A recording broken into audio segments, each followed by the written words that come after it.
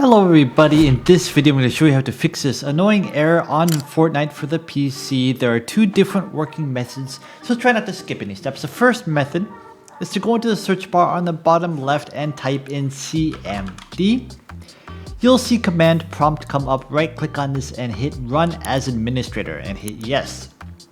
When this comes up, you want to type in sfc /scan now, all one word, and then hit enter.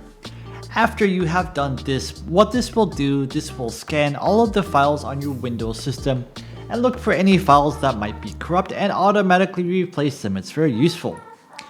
You want to wait for this to finish. This could take a couple of minutes depending on your system, but after it does finish, launch Fortnite once again after restarting your PC to see if the error still persists. If it does, you can move on to method number two.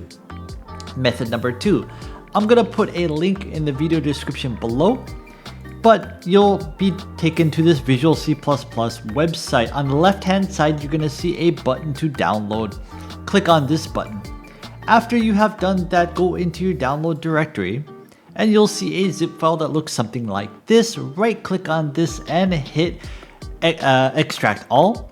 Once you have done that, you'll be taken to something like this. Be sure to extract this before opening the folder or this will not work. On the very top, you see a file called install_all.bat. Double click on this and this will automatically install all of these executables one by one. And this is exactly what you want. This will fix your issue. If this video helped you, leave the video a like and please subscribe. I really appreciate it. Have a nice day.